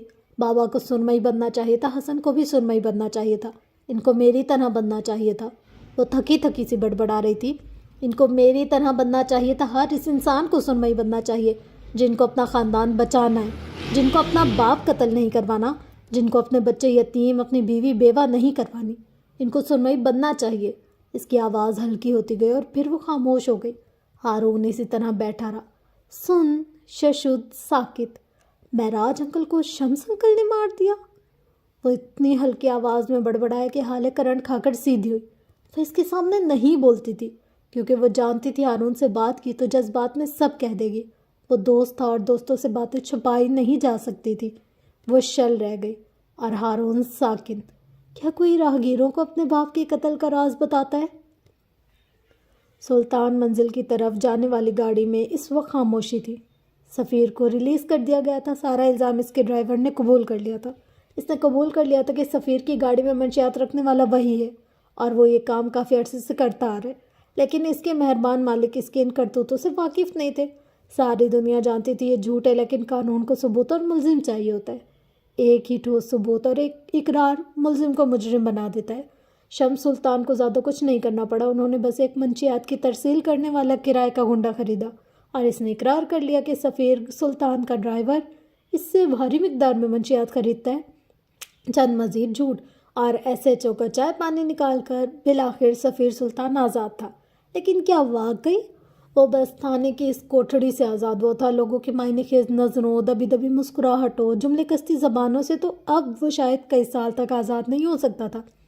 سفیر پچھلی سیٹ پر فروا کے سینے پر سر رکھے ہوئے تھا۔ وہ سفیر کو لینے آئی تھی اور وہ چپ چاپ گاڑی میں آ کر بیٹھ گیا تھا۔ اس کی ماں گاڑی سے اتر کر نیچے تک نہیں آئی تھی، وہ کیمروں کی زینت نہیں بننا چاہتی تھی۔ سفیر بیٹے، گردن سیدھی رکھو، تم سفیر سلطان ہو، فاتح، ناقابل تسخیر۔ یہ چھوٹے موٹے مسائل تو ہوتے رہتے ہیں، تمہیں کوئی ہرا نہیں سکتا، کوئی تمہیں گرا نہیں سکتا، تم ایک عظیم انسان ہو، وہ ہلکی آواز میں اس کے کان کے قریب کہہ رہی تھی۔ سفیر اسی طرح ان کے سینے پر سر رکھے بیٹھا رہا۔ کیا میں کچھ وقت کے لیے عام انسان نہیں بن سکتا؟ اس کی آواز تھکی تھکی تھی، جیسے کئی برسوں کا سفر کر کر آیا۔ کیا میں تھوڑی دیر کے لیے صرف سفیر بن سکتا ہوں؟ قابل تسخیر، ایک عام، ایک معمولی انسان۔ میں اپنے نام کے ساتھ یہ سلطان کا بوجھ لگاتے لگاتے تھک گیا ہوں ممی۔ میں فاتح نہیں بننا چاہتا، میں ہارنا چاہتا ہوں۔ فاتح کو آرام نہیں ملتا، اسے سکون نہیں نصیب ہوتا، اسے ایک کے بعد ایک جنگ کی تیاری کرنی پڑتی ہے۔ میں ہارنا چاہتا ہوں تاکہ کچھ وقت مل سکے اپنے ساتھ، تاکہ میں کچھ آرام کر سکوں۔ میری تھکاوٹ اب دل تک اترنے لگی ہے، مجھے سکون چاہیے۔ پلیز میرے نام کے ساتھ یہ سلطان، عظیم، ناقابل تسخیر انسان کا ٹیگ ہٹا دیں۔ میرا جسم اب مزید ان الفاظوں کا بوجھ نہیں سہ سکتا۔ لیٹ می لیو ممی، لیٹ می لیو، وہ ہارے ہوئے انداز میں کہہ رہا تھا۔ آنکھیں بالکل خشک، بے تاثر تھی۔ پروائز کا سر اپنے سینے سے ہٹا کر سفیر دوبارہ بے دم ہو کر لڑکھڑانا چاہتا تھا، لیکن فروا نے اپنے دونوں ہاتھوں سے اس کی گردن کو سیدھا رکھا۔ میری بات سنو سفیر، وہ ہلکی سخت آواز میں کہنے لگے۔ تم سفیر نہیں بن سکتے، تمہارے نام کے ساتھ لگایا سلطان یہ کوئی بوجھ نہیں، سی ہے۔ ممی، میں، اس نے کچھ کہنا چاہا، جب فروا نے اس کی بات سختی سے کاٹ دی۔ صرف مجھے سنو، صرف مجھے۔ تمہارے نام کے ساتھ لگایا سلطان بوجھ نہیں ہے، انعام ہے، غرور ہے، مقام ہے۔ تم اپنے نام کے ساتھ سلطان ہٹا دو گے تو پھر کیا کرو گے؟ کہ کیڑے مکوڑوں جیسی بے نام زندگی گزارو گے؟ تم اگر قابل تسخیر بن گئے تو ہر کوئی تمہیں ہرانے آ جائے گا، ہر ایرا غیرہ، ہر کوئی۔ تم اگر عظیم نہیں بنو گے تو کوئی تمہارا ذکر تک نہیں کرے گا، کوئی تمہاری بات نہیں کرے گا۔ تم چاہتے ہو تم ہار جاؤ، تم فاتح نہیں بننا چاہتے کیونکہ تمہیں لگتا ہے ایک فاتح انسان پر ذمہ داریاں ہوتی ہیں۔ لیکن کیا تم نے کبھی یہ سوچا ہے کہ فاتح کا مقام کیا ہوتا ہے؟ فاتح عظیم ہوتا ہے۔ سفیر، اس پہ جتنی ذمہ داریاں ہوتی ہیں وہ اتنا عظیم ہوتا ہے۔ ہارنے والے کا کوئی نام نہیں ہوتا، اسے کوئی یاد نہیں رکھتا، کوئی اس کی بات نہیں کرتا۔ تم ایک ہارے ہوئے انسان کی طرح آرام کرنا چاہتے ہو؟ اس انسان کی زندگی میں بس آرام ہی رہ جاتا ہے سفیر۔ تم ایک عظیم انسان ہو، ایک اعلیٰ خاندان کے اعلیٰ انسان۔ تم سلطان ہو، تم فاتح ہو، تم وہ ہو اور بہت کچھ کہہ رہی تھی وہ، لیکن سفیر نہیں سن رہا تھا۔ اسے تھک کر سیٹ کی پشت سے اپنا سر ٹکا دیا، گردن ڈھلکا دی اور آنکھیں موند لی۔ یہ الفاظ اس کے لیے نئے نہیں تھے۔ وہ اس وقت میں واپس گیا جہاں سے ان الفاظوں کی شروعات ہوئی تھی۔ 10 سالہ سفیر بری طرح رو رہا تھا، اس کی آنکھیں رو رو کر سوج گئی تھیں، گالوں پر آنسوؤں کے خشک نشان رہ گئے تھے۔ اس کی ماں اپنے کسی دوست کے ساتھ لنچ کرنے گئی تھی۔ اب جب وہ واپس آئی تب اسے اپنے اکلوتے بیٹے کو روتے ہوئے دیکھ کر اس کی بھوری آنکھوں میں ناپسندیدگی آ گئی تھی۔ وہ آج سے کئی سال پہلے بہت خوبصورت ہوا کرتی تھی، لمبے بال، بے داغ چہرہ، خوبصورت بھوری آنکھیں، اور ہاں، اب تک اس نے کوئی سرجری، کوئی بوٹاکس بھی نہیں کروایا تھا۔ تم آخر کب تک لوزر کی طرح روتے رہو گے سفیر سلطان؟ اس نے اپنے سامنے بیڈ پر بیٹھے ہوئے اپنے 10 سالہ بیٹے کو مخاطب کیا۔ ڈیڈ نے مجھ پر شاؤٹ کیا، میری سائیکل توڑ دی۔ اس نعیم نے اور ڈیڈ نے مجھ پر شاؤٹ کیا، انہوں نے آپ کے بارے میں برا کہا، انہوں نے کہا میں ان کا بیٹا نہیں ہوں، مجھے بہت ہرٹ ہو رہا ہے، اس نے روتے ہوئے بتایا۔ فروا نے نخوت سے ہاتھ چلائے۔ تمہارے ڈیڈ نے تم پر اس لیے شاؤٹ کیا کیونکہ تم بزدل ہو، کیونکہ تم رو رہے ہو، کیونکہ تم نے اپنا بدلہ نہیں لیا۔ جانتے ہو اگر اس بچے نے تمہاری سائیکل توڑی تھی تو تمہیں چاہیے تھا وہی موٹے پتھر اس کے سر پر مارتے، اس کی سائیکل پر مارتے، تمہیں معاف کرنے کے بجائے بدلہ لینا چاہیے تھا۔ سفیر رونا بھول کر ان کو دیکھے گیا۔ تمہیں رونے کے بجائے اسے رلانا چاہیے تھا۔ مجھ سے وعدہ کرو سفیر کہ آج کے بعد تمہاری آنکھوں سے ایک آنسو نہیں گرے گا، وعدہ کرو۔ اسے سفیر کا نرم چھوٹا ہاتھ اپنے ہاتھ میں لے لیا۔ وعدہ کرو سفیر، تم آئندہ روگے نہیں، تم آئندہ معاف نہیں کرو گے، تم اب سے بدلہ لو گے۔ بھوری آنکھوں والے بچے نے میں کان کے انداز میں اپنا سر اس بات میں ہلا دیا۔ آنکھ کے بدلے آنکھ، خون کے بدلے خون، اپنا بدلہ لینا سیکھو سفیر۔ تم ایک انسان، ایک عظیم انسان ہو، تم فاتح ہو، تم 13 سالہ سفیر آج ایک بار پھر اپنے باپ کا سخت رویہ برداشت کر رہا تھا، لیکن آج حالات مختلف تھے۔ وہ رو نہیں رہا تھا، اس کی آنکھیں بس ہلکی گلابی تھی، چہرہ سرخ۔ اس کی ماں ایک بار پھر اس کے پاس بیٹھی تھی۔ میں نے بس ڈیڈ سے اتنا کہا تھا کہ مجھے ویسی گھڑی چاہیے، میں نے کچھ غلط تو نہیں کہا تھا، لیکن ڈیڈ نے اس بچے کے سامنے مجھے اتنا بے عزت کیا۔ آخر کیوں وہ مجھ سے اتنی نفرت کرتے ہیں؟ کیوں وہ بڑے پاپا کی طرح مجھ سے پیار نہیں کرتے؟ وہ رنج سے کہہ رہا تھا۔ فروا نے افسوس سے اس کو دیکھا۔ وہ تم سے پیار اس لیے نہیں کرتے کیونکہ تم کم عقل ہو۔ سفیر نے معتجب نظروں سے ان کو دیکھا۔ وہ گھڑی اس برانڈ کی ریئر کلیکشن ہے جس کا سارا اسٹاک ہاتھوں ہاتھ بک چکا ہے۔ تمہارا باپ صحیح تھا کیونکہ وہ گھڑی تمہیں نہیں مل سکتی تھی، تمہیں وہ گھڑی چھین لینی چاہیے تھی۔ سفیر ٹھہر سا گیا۔ دنیا کی ہر اچھی چیز پر سفیر سلطان کا حق ہے۔ تمہیں جو چیز پسند آئے اسے چھین لو، اسے حاصل کر لو، کیونکہ یہ تمہارا حق ہے۔ تمہیں ان سب چیزوں کے لیے اپنے باپ یا میرے پاس آنے کی ضرورت نہیں ہونی چاہیے، تمہیں اپنا حق لینا آنا چاہیے۔ ممی، لیکن وہ گھڑی میری نہیں تھی۔ تو ہو جاتی، جو چیز تمہیں پسند ہو وہ تمہاری ہے، اس کے لیے کسی کے آگے جھکنے، کسی کے آگے گڑ گڑانے کی ضرورت نہیں ہے۔ وعدہ کرو اب سے جو کچھ تمہیں پسند ہوگا تم اسے مانگو گے نہیں، وعدہ کرو سفیر۔ بھوری آنکھوں والے بچے نے ایک بار پھر اپنا ہاتھ اس عورت کے ہاتھ پر رکھ دیا۔ وہ عورت اب بھی بول رہی تھی، دنیا کی ہر اچھی چیز پر تمہارا حق ہے، تم سفیر سلطان ہو، تم عظیم ہو، تم فاتح ہو، تم 16 سالہ سفیر۔ سفیر سلطان اپنے کمرے کی بالکنی میں اداس بیٹھا تھا، اس کے چہرے پر ملال تھا، حسرت تھی۔ فروا نزاکت سے اپنے فراک کا کونا پکڑے اس کے قریب آ بیٹھی۔ سفیر نے تھکی تھکی نظریں اٹھا کر ان کو دیکھا۔ یہ آنکھیں آج کے سفیر کی آنکھوں سے مختلف تھیں، ان میں حسرت تھی، ان میں چاہ تھی، ان میں محرومی بھی تھی۔ ڈیڈ میرے ساتھ نہیں جا رہے ممی، سب بچوں کے ڈیڈ آئیں گے، سب کے ڈیڈ اپنے بچوں کو اپنے ہاتھوں سے سرپرائز دیں گے، اور میں، میرے ڈیڈ مجھے تو اپنا بیٹا کہلوانا بھی پسند نہیں کرتے۔ وہ دکھ سے کہہ رہا تھا، آئی لو ہم ممی، آئی ریئلی لو ہم۔ وہ مجھ سے پیار کیوں نہیں کرتے؟ فروا آگے کوئی اپنی بھوری شاطر آنکھوں کو اپنے بیٹے کی آنکھوں میں گاڑ دیا۔ وہ تم سے پیار اس لیے نہیں کرتے کیونکہ تم بار بار انہیں بتاتے ہو کہ تم ان سے پیار کرتے ہو۔ سفیر رک گیا، اس کی آنکھوں میں اچنبھا تھا۔ تم سفیر سلطان ہو، اگر تم ان سے محبت کرتے بھی ہو تو تمہیں یہ بتانے کی کیا ضرورت ہے؟ تمہیں کیا ضرورت ہے کہ تم جھک جاؤ؟ تمہیں جس انسان جس چیز سے محبت ہے وہ تمہاری ہے، پھر تم اپنے الفاظ کیوں ضائع کرو؟ لیکن ان کو میرے ساتھ آنا تو چاہیے تھا۔ اسے ایک ہی غم تھا، وہ تمہارے ساتھ نہیں آئیں گے کیونکہ تم ان بچوں کی طرح عام نہیں ہو سفیر۔ سفیر کو سہاروں کی ضرورت نہیں ہے، تم ایکسٹرا آرڈنری ہو، تم اکیلے کافی ہو، کسی بھی جگہ کسی بھی تقریب میں جانے کے لیے تم کافی ہو، تمہیں ضرورت نہیں کسی کی۔ تمہارا کیریئر کرزما ہے، تمہارا چام ہے، ہر محفل میں معتبر ثابت کرنے کے لیے یہی کافی ہے۔ تمہیں اپنے باپ کی ضرورت نہیں ہے، تمہیں اپنی ماں کی ضرورت نہیں ہے، تم اکیلے کافی ہو۔ وعدہ کرو سفیر، آج کے بعد اگر تمہیں ہماری ضرورت ہوئی تب بھی کسی کو نہیں پکارو گے۔ وعدہ کرو تم کسی کو محبت کا اظہار نہیں کرو گے، تم اپنے لیے کافی رہو گے۔ وعدہ کرو تم عام نہیں بنو گے۔ وعدہ کرو سفیر، وعدہ کرو۔ بری آنکھوں والے بچے نے ایک بار پھر وعدہ کر لیا۔ اس کی ماں پھر سے چند الفاظ دہرا رہی تھی۔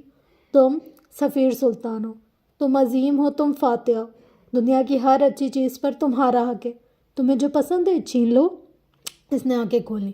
وہ اب 16 سالہ سفیر نہیں، وہ 31 سالہ کا ہو گیا تھا، لیکن وہ بچپن میں کیے ہوئے وعدے نہیں بھول سکا۔ میں سفیر سلطان ہوں۔ اس کے لب ہلکے سے پھڑپڑائے۔ اس کی ماں نے فخری انداز میں اسے دیکھا۔ وہ بمشکل اپنی گردن سیدھی کر کے دوہرا ہوا۔ میں فاتح ہوں، میں عظیم ہوں، دنیا کی ہر اچھی چیز پر میرا حق ہے۔ وہ کہہ رہا تھا لیکن اس کی آواز کھوکھلی تھی، بے حد کھوکھلی۔ میں ایکسٹرا آرڈنری ہوں، مجھے اپنے ساتھ جڑے کسی تعلق سے محبت کے اظہار کی ضرورت نہیں ہے۔ مجھے جو چیز چاہیے میں اسے چھین لوں گا۔ میں سفیر سلطان ہوں، میں فاتح ہوں، میں عظیم ہوں، میں ناقابل تسخیر ہوں۔ بولتے بولتے اس کی آنکھوں کے کونوں سے ایک بے نام آنسو نکلا جسے وہ بری طرح رگڑ گیا۔ میں سفیر سلطان ہوں، میں فاتح ہوں، وہ بے بسی سے دہرائے گیا۔ چرچ کی فضاؤں میں جل چکی خوشبودار موم بتیوں کی باس اب بھی پھیلی ہوئی تھی۔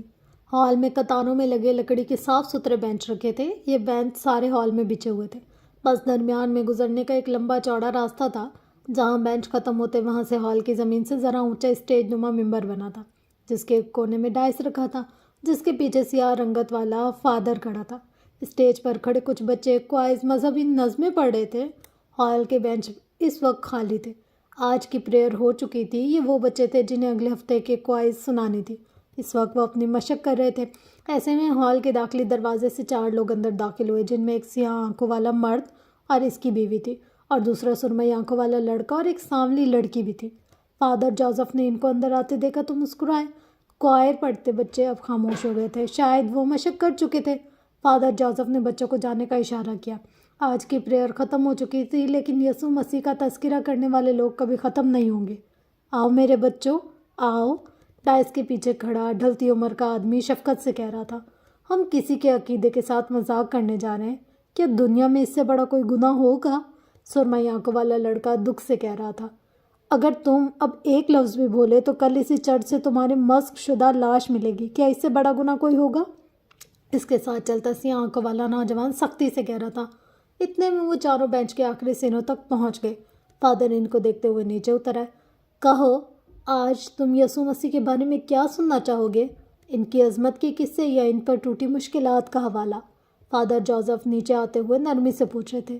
یہ ہمیں کنورٹ کروا کر ہی دم لے گا۔ لیل عمر کے کان کے پاس جھکی۔ ہم نے اپنی کتاب قرآن کریم میں حضرت عیسیٰ علیہ السلام کے بارے میں کافی کچھ پڑھ رکھا ہے۔ یہاں ہم کچھ اور بات کرنے آئے۔ عمر نے ان کو بہت کچھ بتا دیا۔ فادر اب نیچے آ چکے تھے، جاننے کے بعد بھی کہ وہ سب مسلمان ہیں۔ ان کی مسکراہٹ برقرار رہی تھی۔ بیٹھو میرے بچوں، انہوں نے شفقت سے انہیں بیٹھنے کو کہا۔ وہ چاروں مارے باندھے بیٹھ گئے۔ فادر جوزف اسٹیج کی سیڑھیوں پر بیٹھ گئے۔ تو کہو میرے بچوں، کیا چیز تمہیں خداوند کے اس غلام کے پاس لے آئی ہے؟ عمر نے کچھ کہنا چاہا جب ہارون نے اس کے گھٹنے پر ہاتھ رکھ کر اسے خاموش رہنے کو کہا۔ وہ سچ بولے گا۔ عمر جانتا تھا وہ عمر حیات نہیں تھا جو آنکھوں میں آنکھیں ڈال کر اتنے وثوق سے جھوٹ کہے کہ اگلے کو اپنا سچ مشکوک لگے۔ وہ ہارون شاہد تھا جسے جھوٹ بولنے نہیں آتے تھے، جس کا سچ بھی ڈگمگا جاتا تھا۔ وہ آرٹسٹ تھا، دل کی سچائیوں پر یقین رکھتا تھا۔ ان چاروں میں سے کوئی بھی چرچ میں بیٹھ کر جھوٹ بولنے کے حق میں نہیں تھا، سو خاموش رہے۔ ہارون نے ان کو حالے کی شادی سے لے کر اغوا اور پھر اس کے باپ کے قتل اور ہیون کے غیر قانونی قبضے تک کی ساری ڈیٹیلز بتائیں۔ فادر جوزف نم آنکھوں سے سب سنتے رہے۔ ہارون بول کر خاموش ہوا۔ ہمیں صرف شاہ تاج کبیر کے گھر تک رسائی چاہیے۔ ان کی ہیڈ ملازمہ آپ کی سگی بھتیجی ہے۔ آپ کا حکم ان کے لیے یسوع کے بعد سب سے اہم ہے۔ ان کا عقیدہ ہے کہ آپ پہ ہم انہیں خریدنا نہیں چاہتے، ہم بس شرافت سے گھر کے اندر رسائی چاہتے ہیں تاکہ ہمیں کچھ ایسا مل سکے جس کے ذریعے شاہ تاج کو سچ بولنے پر مجبور کر سکے۔ حالے کہہ رہی تھی، اگر آپ انہیں ہماری مدد کا کہہ دیں تو ہمارا کام آسان ہو جائے گا، لیکن اگر آپ نہیں کہیں گے۔ وہ رکی، ذرا آگے کو ہوئی، فادر جوزف کی آنکھوں میں دیکھا۔ کام تو ہمارا پھر بھی ہو جائے گا، لیکن آپ کی بھتیجی غیر محفوظ ہو جائے گی، شاہ تاج کی جانب سے بھی اور ہماری جانب سے بھی۔ اصل میں کیا ہے نا، میرا شوہر ذرا سر پھرا ہے، بات بات پر گن نکال لیتا ہے۔ عمر نے مسکراہٹ دبائی۔ انہوں نے میرا شوہر کہا؟ اور میرا کزن، وہ 10 سال کی عمر میں قتل کر چکا ہے۔ اب تو خیر اس کے لیے یہ سب کوئی مسئلہ ہی نہیں ہے۔ اب آپ بتائیں آپ کیا چاہتے ہیں؟ وہ واپس پیچھے کوئی۔ اگر آپ ہماری مدد کریں گے تو آپ کی بھتیجی کی ذمہ داری ہماری، اور اگر نہیں کرتے تب بھی سوچ لیجئے۔ اس کا لہجہ دھمکاتا ہوا ہرگز نہیں تھا، اسے واقعی بات کرنے کا فن آتا تھا۔ فادر جوزف نے ایک گہری سانس لی۔ ابھی وہ کچھ کہتے، اگر آپ کو ہم پہ کوئی شک ہے تو پہلے یہ تصاویر دیکھ لیجئے، آپ کو فیصلہ کرنے میں آسانی ہوگی۔ اس نے عمر سے، ہیون اور وہاں کے بچوں کی تصاویر لی تھی۔ یقیناً وہ یہی تصاویر ان کو دکھا رہی تھی۔ فادر جوزف آگے کو ہوئے۔ جیسے جیسے وہ تصاویر دیکھتے گئے، ان کا چہرہ یہ بتانے کے لیے کافی ہو گیا کہ وہ یقیناً ان کی مدد کریں گے۔ چرچ میں ذرا دیر کو خاموشی چھا گئی۔ تھوڑی دیر بعد فادر جوزف نے اپنی مہربان آواز میں کہنا شروع کیا، تم چاروں خداوند کی طرف سے بھیجے گئے اینجلز ہو۔ لیل اور عمر نے بیک وقت اپنے کانوں کو ہاتھ لگائے۔ یقیناً یہ ان کی بات نہیں ہو رہی تھی۔ ہر دور میں خداوند کچھ سینٹ لوگوں کو زمین پر بھیجتا ہے۔ تم وہی ہو، میں جان گیا ہوں، تم وہی ہو، میں خداوند کی خاطر تمہاری مدد کروں گا۔ میڈونا، قصر کبیر کی ہیڈ ملازمہ، ابھی آتی ہی ہوگی، وہ ہر روز اسی وقت آتی ہے، میں تم سب کو اس کے ساتھ بھیج دوں گا۔ سچائی کی جیت ہوگی، خداوند تمہارا مددگار ہو۔ میں آپ کو یہ بتا دیتا ہوں کہ آپ نے کیا کہنا ہے۔ عمر بولتے ہوئے اٹھ کھڑا ہوا۔ تھوڑی دیر بعد وہ چاروں ہال کے دائنی طرف بنے دوسرے داخلی دروازے کی اوٹ میں کھڑے تھے۔ کیا خداوند مجھے میرے گناہ کے لیے معاف کر دے گا؟ کیا وہ مجھ پر بھی رحم کرے گا؟ چرچ کے بیچ پہ بینچ پر بیٹھی میڈونا اپنی نم آنکھوں کو پوچھتے ہوئے کہہ رہی تھی۔ اس نے لمبی سفید اسکرٹ کے ساتھ سیاہ منی کوٹ پہن رکھا تھا، بالوں کو چھوٹے سے اسکارف میں لپیٹ رکھا تھا۔ اس کا سانولا سا چہرہ رویا رویا سا تھا۔ خداوند ہر ایک کے لیے مہربان ہے میڈو، وہ تم پہ بھی رحم کرے گا، بلکہ کیا پتہ اس نے تمہارے گناہ کا کفارہ کرنے کا انتظام کر دیا ہو، کیا پتہ وہ تمہارے گناہوں کو معاف کرنے کو تیار ہو گیا ہو، وہ نرم لہجے میں کہہ رہے تھے۔ میڈونا نے سرخ ہوتی ہوئی آنکھوں سے انہیں دیکھا۔ کیا ایسا ممکن ہے؟ خداوند کے لیے کچھ بھی ناممکن نہیں ہے میڈی، خدا نے تمہارا کفارہ بھیجا ہے۔ وہ 4 لوگوں کی صورت ہے، 2 انتہائی حسین عورتیں۔ عمر نے مسکرا کر حالے کو دیکھا۔ لیل تو کلرز کر ہی رہ گئی۔ عورت؟ میں تمہیں چھوڑوں گی نہیں الفا، ایک خوبرو وجیہ مرد۔ عمر کی گردن فخریہ انداز میں تن گئی۔ فادر جوزف عمر کے بتائے گئے الفاظ دہراتا گیا۔ اور چوتھا، ایک عام شکل کا لڑکا، معصوم، سادہ۔ ہارون نے صدمے سے عمر کو دیکھا، اس کی آنکھوں سے چنگاریاں نکل رہی تھیں۔ میں تمہیں عام شکل کا لگتا ہوں؟ وہ دبا دبا غرائے۔ عمر نے کندھے اچکائے۔ اب میں کیا کہہ سکتا ہوں؟ تم اگر کسی کو وجیہ نہیں لگتے تو میں کیا کروں؟ وہ معصومیت سے بولا۔ حالے نہ چاہتے ہوئے بھی مسکرا دی۔ یہ اسی کے الفاظ تھے، اتنا تو وہ عمر کو جانتی تھی۔ فادر جوزف اب بھی کہہ رہے تھے، 4 لوگ، آج خدا نے 4 لوگوں کو تمہارے لیے انجر بنا کر بھیجا ہے۔ وہ چاروں آئیں گے اور تم سے اس محل کی رسائی مانگیں گے جہاں تم خداوند کی کرم سے داخل ہوئی تھی۔ وہ تمہارے گناہوں کا کفارہ ہوں گے میرے بچے۔ انہوں نے میڈونا کے سر پر ہاتھ رکھا۔ وہ رونا بھول کر ان کو دیکھے گئی، کسی مرید کی طرح، کسی ضعیف العقائد انسان کی طرح۔ اگر خداوند مجھ سے ناراض نہ ہو تو میں ایک بات جاننا چاہوں گی۔ اس نے ڈرے ڈرے انداز میں اجازت چاہی۔ کھل کر کہو چائلڈ، خداوند بس رحم کرنا جانتا ہے، انہوں نے تسلی دی۔ کیا یہ میرے مالکوں سے غداری نہیں ہوگی؟ اس کا لہجہ خوف زدہ تھا۔ یہ خداوند سے وفاداری ہوگی، تمہیں چن لیا گیا، خداوند نے اپنے 4 فرشتے تمہارے لیے بھیجے ہیں۔ اب یہ تم پہ ہے کہ تم اس کے مہمانوں کو خیال کس طرح رکھتی ہو۔ وہ کچھ اور بھی کہہ رہی تھی، لیکن لیل اور عمر استغفار پڑھتے ہوئے وہاں سے نکل گئے۔ یقیناً یہ ہماری بات نہیں ہو رہی، وہ دونوں ایک ساتھ بڑبڑائے۔ اپنی گاڑی کی طرف جاتے ہوئے عمر حیات کا چہرہ دمک رہا تھا۔ آج مجھے انسانیت پر یقین آ گیا، مطلب آج بھی اس دور میں بھی اچھے لوگ ہیں، مجھے تو یقین نہیں آ رہا وہ آدمی کس طرح ایون کے بچوں کے لیے اتنا سب کچھ کر گیا تھا۔ سچ ہے، انسانیت ہمیشہ سب سے پہلے آتی ہے، وہ مرغوبیت سے کہتے ہوئے گاڑی کا دروازہ کھول کر اندر بیٹھ گیا۔ حالے اس کے ساتھ آ کر بیٹھی تھی اور لیل ہارون کے ساتھ پچھلی سیٹ پر۔ ویسے مجھے بھی یقین نہیں آ رہا وہ آدمی انسانیت کا علم بردار ہے، لیل نے تائید کی تھی۔ حالے نے ایک نظر دونوں کو دیکھا، پھر فخر سے گردن تان کر بیٹھے ہارون کو دیکھا جو اپنے بولے گئے سچ کی جیت پر مغرور سا بیٹھا تھا۔ آپ لوگوں کو لگتا ہے یہ سچ کی جیت ہے یا پھر انسانیت کی؟ آپ لوگوں کو لگتا ہے وہ آدمی ہیون کے بچوں کی خاطر ہماری مدد کرنے کو مان گیا ہے؟ کس دنیا میں رہتے ہیں آپ؟ حالے اپنے موبائل پر جھک گئی اور پھر ان تینوں کے موبائل نے ایک ساتھ ایک واٹس ایپ نوٹیفیکیشن کی نوید سنائی۔ حالے نے ان کو میسج کھول لو کا اشارہ کیا۔ وہ تینوں ناسمجھی میں اپنا موبائل اٹھا کر دیکھنے لگے۔ اس میں فادر جوزف کے خلاف 3 FIR دائر تھی، جن میں صاف صاف لکھا تھا کہ چرچ سے ملحقہ زمین پر فادر جوزف نے ناجائز قبضہ کر رکھا ہے۔ اگلی تصویر میں چرچ سے غائب ہونے والی ایک بھاری بھرکم رقم کی FIR تھی، جس میں لکھا تھا یہ ساری رقم فادر جوزف نے چوری کی ہے اور الزام اپنے ساتھی فادر پیٹر پر لگا دیا۔ اگلی کچھ تصاویر میں ان کے ان دونوں کارناموں کے ثبوت تھے۔ ان تینوں نے بے دم ہو کر موبائل والا ہاتھ گرا دیا۔ آج میرا انسانیت پر سے اعتبار اٹھ گیا ہے، وہ تینوں کھوئے کھوئے انداز میں یک زبان ہو کر بولے تھے۔ ان کا غم بہت بڑا تھا۔ فرینڈس، یہ ہے آج کی ایپیسوڈ۔ اگر تو آپ لوگ میرے چینل پر بہت ٹائم سے ہیں یا میری بہت ٹائم سے سٹوریز وغیرہ سن رہے ہیں تو آپ لوگوں کو پتہ ہوگا میں نے اس چینل پر کتنی زیادہ محنت کی، بٹ یہ ہے کہ کچھ ٹائم میں نا یہ چینل ختم ہونے والا ہے۔ بروکن ہارٹ کیٹی، اس چینل پر نا بہت زیادہ ایرر آ گیا۔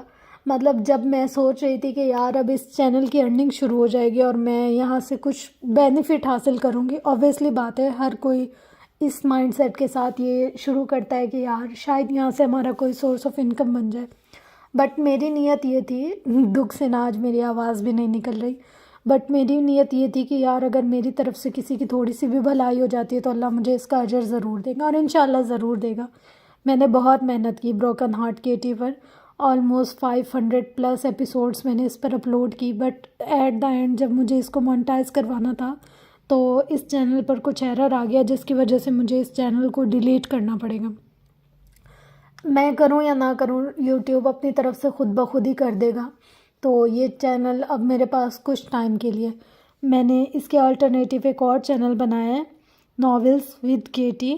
میں آپ سب سے یہ ریکویسٹ کرتی ہوں کہ کائنڈلی میرے اس چینل کو سپورٹ کریں۔ مجھے آپ لوگوں کی سپورٹ، آپ لوگوں کے پیار کی بہت زیادہ ضرورت ہے۔ یہ چینل تو کچھ ٹائم میں چلا جائے گا، بٹ میں چاہتی ہوں کہ آپ لوگ اس چینل پر بھی میرے ساتھ ایسے ہی بنے رہیں، ساری ویڈیوز آپ لوگ واچ کریں اور مجھے جتنا ہو سکے سپورٹ کریں تاکہ میں اور زیادہ یہ ساری چیزیں آپ لوگوں کے ساتھ شیئر کر سکوں۔ اب بھی نا مجھے اتنا رونا آ رہا ہے، لٹرلی میں نے اس چینل پر اتنی محنت کی، پوری رات جاگی، پورا دن میں نے اس پر لگایا، بٹ میں اللہ تعالیٰ کی ناشکری نہیں کرتی، میں اللہ تعالیٰ سے کوئی بھی شکوہ نہیں کرتی۔ ہر چیز میں نا انسان کی خیر بھلائی ہوتی ہے، اللہ تعالیٰ نے اس میں نا انسان کے لیے کچھ نہ کچھ اچھا بڑا رکھا ہوتا ہے۔ مجھے نہیں پتا کہ یہ سب کچھ کیوں ہوا، یوٹیوب کی اپنی کچھ پالیسیز ہوتی ہیں، کچھ بھی ہوتا ہے، بہرحال اللہ بہتر جانے، بٹ میں آپ لوگوں سے بس اتنی ہی ریکویسٹ کروں گی کہ فرینڈس، نیا جو میرا چینل ہے ناولز ود کیٹی، اس پر آپ لوگ مجھے پلیز سپورٹ کریں، اور میں اس پر کوشش کروں گی کہ آپ کے لیے اور زیادہ محنت کروں، اور زیادہ اچھا کنٹینٹ آپ لوگ کے لیے لاؤں، اور زیادہ اچھی چیزیں میں آپ لوگ کے ساتھ شیئر کروں تاکہ آپ لوگوں کو سن کر بھی مزہ آئے۔ اور اگر کوئی ایسی رائٹر ہیں جن کے ناول میں نے بغیر پرمیشن کے پڑھے ہیں تو میں ان سے یہ ریکویسٹ کرتی ہوں کہ پلیز کاپی رائٹ بھیجنے سے پہلے ایک دفعہ مطلب مجھے کمنٹ بھی کر دیں، چاہے کسی ویڈیو کے نیچے یا پھر کچھ بھی، تاکہ میں ان ویڈیوز کو پرائیویٹ کر دوں یا ڈیلیٹ کر دوں۔ بے شک مجھے نہیں ضرورت کہ میں کسی کو کانٹینٹ چوری کروں۔ میں نے نا بہت کوشش کی کہ اگر میں کسی کی ایک بھی ناول کو یہاں پر آڈیو میں پڑھ رہی ہوں یا کچھ بھی تو وہ ان کا کانٹینٹ ہے، اس کی مالک وہ ہیں، ان سے پرمیشن لے کر کروں، لیکن کبھی کچھ رائٹرز ایسے ہوتے ہیں جن سے ہمارا کانٹیکٹ نہیں ہو پا رہا ہوتا، لائک ان کے سوشل میڈیا نہیں پتہ ہوتے ہمیں، ان کی کچھ بات ہمیں پتہ نہیں ہوتی تو ہم کہاں سے پوچھیں، یہ سمجھ میں نہیں آتا، تو اس چکر میں نا ہو جاتا ہے اپلوڈ چیزیں، بٹ یہ ہے کہ میرا مقصد نہیں ہے کہ میں کسی کی چیزوں کو یا کنٹینٹ کو چوری کروں. تو بس فرینڈس یہی کہنا تھا آپ لوگوں سے کہ آپ لوگ مجھے اس پر بہت زیادہ سپورٹ کریں تاکہ میرا اس چینل کا واچ ٹائم اور سبسکرائبر پورے ہوں اور میں اس کو مونیٹائز کرواؤں. اللہ تعالیٰ اگر دے تو ایک دن میں بھی اتنا دے دیتا ہے کہ انسان کی سوچ ہوتی ہے. بس جب اللہ تعالیٰ دے گا تو مجھے ضرور یقین ہے کہ اللہ تعالیٰ مجھے ضرور دے گا. اور بس میں آپ لوگوں سے یہی ریکویسٹ کرتی ہوں. انشاءاللہ اگلے ایپیسوڈ میں ملتے ہیں. تب تک کے لیے اپنا گرد و نواح و عیال کا بہت زیادہ خیال رکھیں. آج کل مجھ پر کام پر بہت زیادہ پریشر ہے کیونکہ اس چینل پہ میں نے اتنا کنٹینٹ اپلوڈ کیا نا کہ اس چینل سے نئے چینل پہ شفٹ کرنا بھی بہت مشکل ہے. مطلب بروکن ہارٹ کیٹی پر ایسا کنٹینٹ ہے جو کچھ مجھے ہٹانا ہوگا اور کچھ سارا بلکہ سارے کوئی ایڈٹ کر کے اب نئے چینل پر لانا ہوگا. آپ کو پتہ ہے 500-550 ایپیسوڈ اور تقریباً ایک گھنٹے کی 1.5 گھنٹے کی, کوئی 1 گھنٹہ 40 منٹ کی, 20 منٹ کی, 18 منٹ کی, اتنی بڑی ایپیسوڈ ہیں. ان کو ایک دفعہ ڈاؤن لوڈ کرنا, پھر ایڈٹ کرنا, پھر رینڈر کرنا, پھر چیک کرنا, بہت فرینڈس مشکل ہے. پھر نئے چینل کی ساری سیٹنگ کرنا. تو بس میں لگی ہوئی ہوں, کوشش کر رہی ہوں, ہوپ سو کہ جلدی سارا کام ہو جائے گا اور میں آپ لوگ کے ساتھ جلدی ہی سارا کچھ شیئر کروں گی. تب تک کے لیے بس آپ لوگ اس سپورٹ کی ہی ریکویسٹ کر سکتی ہوں. انشاءاللہ ملتے ہیں نیکسٹ ایپیسوڈ میں. تب تک کے لیے اپنا گرد و نواح و عیال کا بہت زیادہ خیال رکھیے گا اور مجھے اپنی دعاؤں میں بہت زیادہ یاد رکھیے گا. Love you all. اللہ حافظ.